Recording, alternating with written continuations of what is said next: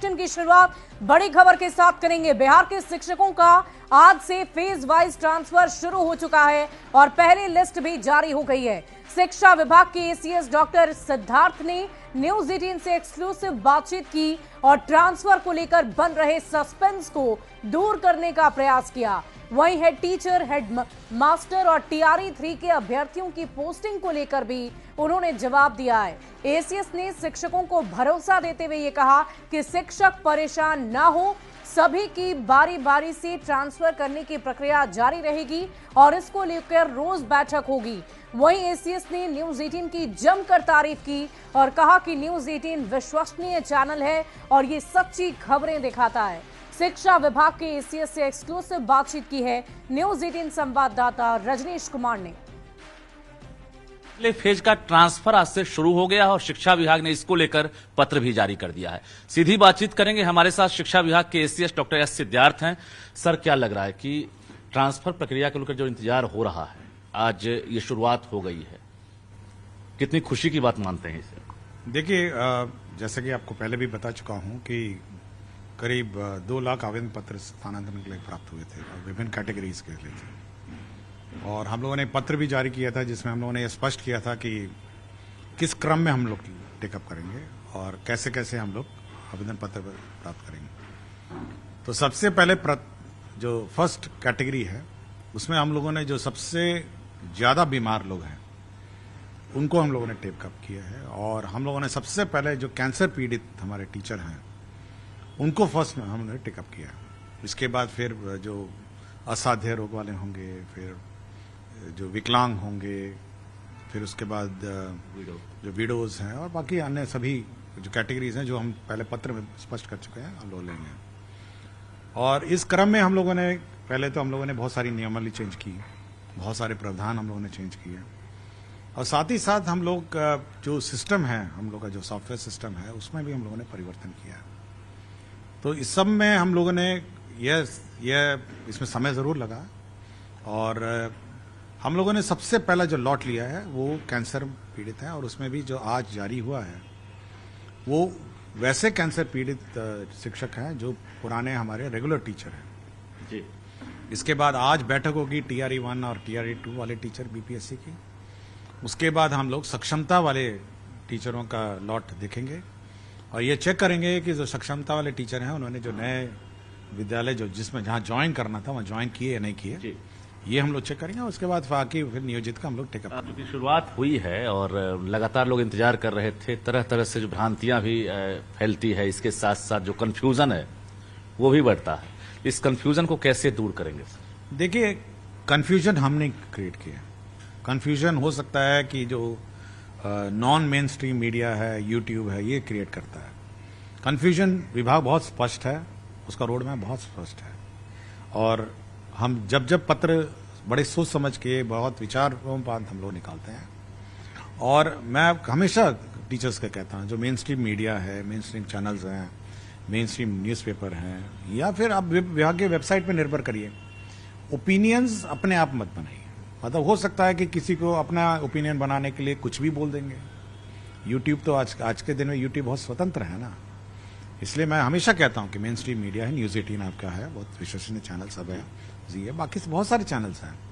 तो जो विश्वसनीय चैनल हैं ये सब बिना बयान लिए, बिना काउंटर चेक किए, बिना न्यूज को वेरीफाई किए कभी न्यूज नहीं चलाते हैं। तो ये शुरुआत हुई है, अब एक उम्मीद जगी है, खासकर अभी जो सक्षमता पास किए हैं, विशिष्ट वाले हैं, बीपीएससी टीआरई 1, 2 वाले हैं, पति पत्नी वाले हैं, तो अब क्या लग रहा है, कुछ न कुछ आप ब्लूप्रिंट तैयार रखे होंगे? देखिए, बहुत स्पष्ट है। जो शुरू वाले मामले हैं बहुत सेंसिटिव मामले हैं जिसको हम खुद देखते हैं और विशेषकर जो बीमारी वाले हैं, असाध्य रोग वाले हैं और विकलांग हैं और पति पत्नी वाले, इतने तो हम अपने स्तर पर देखेंगे। जहां तक दूरी वाले हैं तो हम लोगों ने उसके लिए एक सिस्टम बनाया हुआ है, सॉफ्टवेयर सिस्टम में है, सॉफ्टवेयर सिस्टम डेवलप हो रहा है, हो सकता है 3-4 दिन में उसका टेस्टिंग भी होगा। उसमें जो हमारे डीओ हैं उसके सामने स्क्रीन पे आएंगे कि मतलब टीचर का नाम बिना डिस्क्लोज किए कि ये ऑप्शन टीचर ने मांगे हैं, वो अपना उसमें वैकेंसी के अनुरूप उसको फिल करेगा और ऑटोमेटिकली वो लिंक हो जाएगा टीचर के चॉइस पर। देखिए, बहुत बड़ी बात कह रहे हैं। एसीएस ने अभी जो जानकारी दी है इससे बहुत कंफ्यूजन दूर हो गया है, क्योंकि लग रहा था कि 1,90,000 है, जिसमें खासकर जो डिस्टेंस मैटर कर रहा है वो परेशान हो रहे हैं। लेकिन एसीएस ने साफ कह दिया कि पहले फेज में ही टेंशन है, और समझ सकते हैं कि इसमें बहुत सारे डॉक्यूमेंट्स की जरूरत होती है, चाहे विडो हो, हैंडीकैप्ड हो, या फिर किडनी, लीवर, कैंसर, तमाम चीजों में डॉक्यूमेंट्स, मेडिकल सर्टिफिकेट की जरूरत होती है। और एक भी अगर गलती शिक्षा विभाग से होती है तो सवाल तो उठेगा ही। लेकिन इन्हीं चीजों से बचने के लिए देखिए, जो बड़ी संख्या वाली है उसमें, जैसे मैं हूं डीओ, सपोज मैं डीओ गया हूं, तो मेरे स्क्रीन पे आएंगे कि टीचर का डिटेल के बिना, मतलब टीचर का डिटेल नहीं आएगा, लेकिन इतने टीचरों ने आपके जिले में पदस्थापन के लिए आवेदन दिया, तो डीओ साहब 10 ऑप्शन देखेंगे और जहां जहां वैकेंसी है वहां स्कूल लगाना शुरू कर देंगे जी। अगर नहीं, कौन करेंगे? हाँ, मतलब उसको पता नहीं चलेगा कि किस टीचर का आवेदन पत्र है। अच्छा, उसको केवल ब्लैंक दिखेगा कि इतने टीचर ने इतने इतने जगहों पे अपने आवेदन दिए। एक और सवाल, चूंकि TRE-3 भी आगे है और उसका रिजल्ट भी समय पर आ ही गया है, मोटा मोटी काउंसलिंग की प्रक्रिया अभी पूरी नहीं हुई है। अब ये HT का जो ज्वाइन कराने का जो प्रोसेस है, खासकर उनसे भी आज से विकल्प जो मांगा गया था वो शुरू हो गया है आज से। तो वो क्या लग रहा है कि वो जो 3 जिला का विकल्प है उस पर कुछ विचार किया जा रहा है क्या? हाँ, तो विकल्प इसलिए तो मांगा गया है कि विकल्प हम कि जिला अलॉट करेंगे। बहुत लोगों का आपके पास भी लेटर गया है और हमारे पास भी फोन आ रहा है कि एसीएस साहब इसमें भी उम्मीद करते हैं कि वो ऐसा कर सकते हैं कि 3 जिला को 3 प्रखंड में कर दें। नहीं, आप जिला करिए ना पहले भाई। आप उम्मीद करेंगे कि आपका जिला जो आप प्रथम चरण में बोला है उसी में अलॉट कर देंगे आपको। आपसे उम्मीदें बहुत ज्यादा है बिहार के टीचर्स से। हमको किसी को कष्ट देने का तो उद्देश्य नहीं है। क्यों इतनी उम्मीदें बढ़ गई, ये बताइए। हाँ, क्यों इतनी उम्मीदें बढ़ गई है टीचर? नहीं, उम्मीद है कि उसको लगता है कि शिक्षा विभाग उनकी बात सुनेगा, करेगा, इसलिए उम्मीद बढ़ती है। धन्यवाद। हमारे साथ शिक्षा विभाग के एसीएस डॉक्टर एस सिद्धार्थ थे, जो बारीकी से महत्वपूर्ण जानकारियां दे रहे थे। यानी बिहार के शिक्षकों को अब टेंशन नहीं लेना होगा, टेंशन आप सरकार पर छोड़ दीजिए और सरकार ये चुनौतियां स्वीकार करती है। यानी एसीएस ने साफ कहा है कि हम इसे क्रांति नहीं मानते हैं और सबका धीरे धीरे ट्रांसफर होगा, जिसको लेकर हम खुद एक एक आवेदन को मॉनिटरिंग कर रहे हैं, एक एक आवेदन को पढ़ रहे हैं। हालांकि ये तकनीकी प्रक्रिया है, इसलिए थोड़ा वक्त जरूर लगा है, लेकिन आपको टेंशन नहीं लेना है, सबका ट्रांसफर होगा।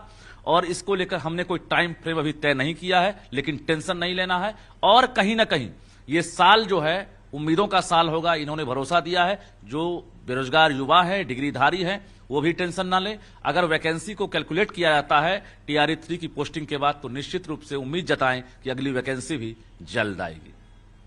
कैमरामैन दीपक के साथ रजनीश कुमार, News 18 पटना। बढ़ते आगे।